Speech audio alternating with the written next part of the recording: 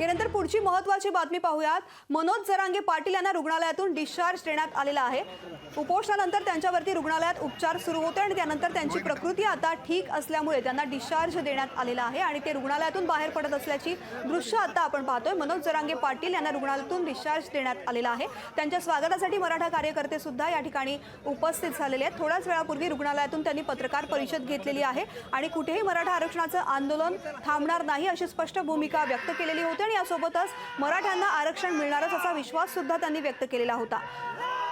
उपोषणामुळे त्यांची प्रकृती खालावलेली होती, त्यामुळे त्यांच्यावरती रुग्णालयात उपचार सुरू होते। त्यांना किडनीचा त्रास होत होता, त्यावरती उपचार करण्यात आले। अद्यापही त्यांना थोडासा अशक्तपणा आहे, मात्र त्यांना डॉक्टरने घरी जाण्यास परवानगी दिलेली आहे। त्यामुळे आज लक्ष्मीपूजनाच्या दिवशी मनोज जरांगे पाटील यांना डिस्चार्ज मिळालेला आहे। ते रुग्णालयातून बाहेर आलेले आहेत। मनोज जरांगे यांच्यावरती रुग्णालयात उपचार करण्यात आल्यानंतर त्यांचे रिपोर्ट नॉर्मल आलेले आहेत। थोडासा थकवा आहे, उपोषणामुळे अशक्तपणा आहे, मात्र त्यांना आता उपचारानंतर डिस्चार्ज देण्यात आलेला आहे आणि ते रुग्णालयातून बाहेर पडतायत।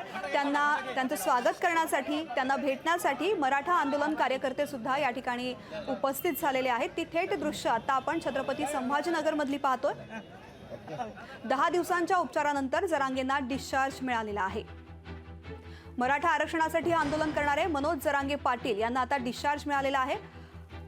त्यांचे रिपोर्ट नॉर्मल आल्यानंतर डॉक्टरांनी त्यांना डिस्चार्ज दिलेला आहे। मनोज जरांगे यांना रुग्णालयातून डिस्चार्ज देण्यात आलेला आहे। 10 दिवस त्यांच्यावरती रुग्णालयात उपचार करण्यात आले।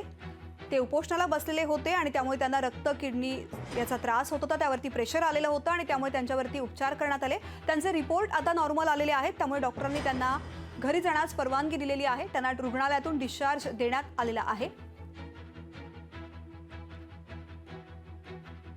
त्यांचे सर्व प्रकारचे रिपोर्ट नॉर्मल आल्यानंतर आता ते रुग्णालयातून बाहेर आलेले आहेत। 10 दिवसांच्या उपचारानंतर मनोज जरांगे पाटील रुग्णालयातून बाहेर पडलेले आहेत। ही थेट दृश्य आता आपण छत्रपती संभाजीनगर मधली पाहतोय, ज्या ठिकाणी मनोज जरांगे पाटील आपल्या वाहनामध्ये बसलेले आहेत। मराठा कार्यकर्ते सुद्धा, मराठा आंदोलनाचे कार्यकर्ते सुद्धा या ठिकाणी उपस्थित झालेले आहेत मनोज जरांगे पाटील यांचं स्वागत करण्यासाठी।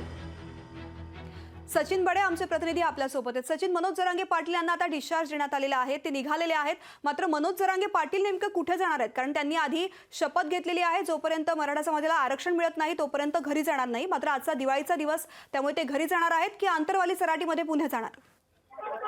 मनोज जरांगे यांची प्रकृती सुधारल्यानंतर आता मनोज जरांगे यांना रुग्णालयातून डिस्चार्ज मिळालेला आहे। ते आता आंतरवाली सराटीकडे रवाना झालेले आहेत, कारण त्यांचं जे काही उपोषण आणि आंदोलन जे होतं त्या ठिकाणी सुरू होतं आणि आता त्या ठिकाणी साखळी उपोषण आणि आंदोलन सुरू आहे आणि त्यामुळे मनोज जरांगे स्वतः आता आंतरवाली सराटी या गावामध्ये जात आहेत। कारण काही दिवसांपासून ते सांगतायत की मी माझं घर जोपर्यंत आरक्षण मिळत नाही तोपर्यंत घराचा दरवाजा सुद्धा शिवणार नाही किंवा त्याला मी कुठल्या प्रकारे ओलांडणार नाही। त्यामुळे जोपर्यंत आरक्षण मिळत नाही तोपर्यंत मी आंतरवाली सराटीच गावात राहणार आणि घरी जाणार नाही, हा पवित्रा त्यांचा कायम असल्या कारणानं मनोज जरांगे आता आंतरवाली सराटी या गावाकडे जे आहेत ते आता रवाना झालेले आहेत। मनोज जरांगे यांच्या स्वागतासाठी मोठ्या प्रमाणामध्ये मराठा आंदोलक उपस्थित झालेले होते, ते सुद्धा त्यांच्यासोबत आता आंतरवाली सराटीमध्ये जाणार आहेत का? आणि यानंतर मनोज जरांगे यांच्या आंदोलनाची रूपरेषा काय असणार आहे?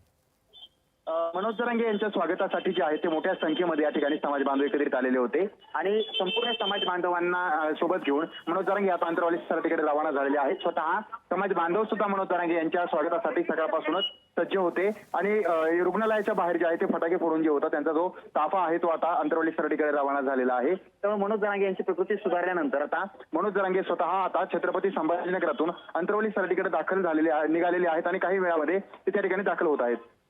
सचिन, यानंतर महाराष्ट्राचा दौरा करणार असल्याचं मनोज जरांगे यांनी सांगितलेलं होतं, त्यांच्या दौऱ्याला केव्हा सुरुवात होणार आहे, काय माहिती मिळते? मनोज जरांगे यांनी महाराष्ट्र दौरा करणार अशी घोषणा केलेली आहे, कारण पहिल्या टप्प्यामध्ये त्यांनी महाराष्ट्र दौरा केलेला आहे। आता दुसरा टप्पा जो आहे दौऱ्याचा तो सुरू होणार आहे। या दौऱ्याच्या माध्यमातून जे काही उर्वरित जिल्हे आहेत त्या जिल्ह्यामध्ये ते गाठीभेटी घेणार आहेत, समाजाला एकत्रित करणार आहेत आणि त्यानंतर सरकारला जो काही अल्टिमेटम दिलेला होता तो अल्टिमेटम संपल्याच्या नंतर किंवा सरकारला दिलेली जी तारीख आहे ती समाप्त झाल्याच्या नंतर पुढील भूमिका म्हणजे मुंबई जाम करण्याची भूमिका असणार आहे। मुंबई जाम केली जाणार आहे आणि यामुळे कशा पद्धतीची त्यांच्या आंदोलनाची रूपरेषा असेल हे पाहणं महत्त्वाचं असेल। मनोज जरांगे यांना आज डिस्चार्ज मिळालेला आहे आणि ते आंतरवाली सराटीकडे रवाना झालेले आहेत। लोकशाही मराठी ऐका, पहा, जागरूक रहा।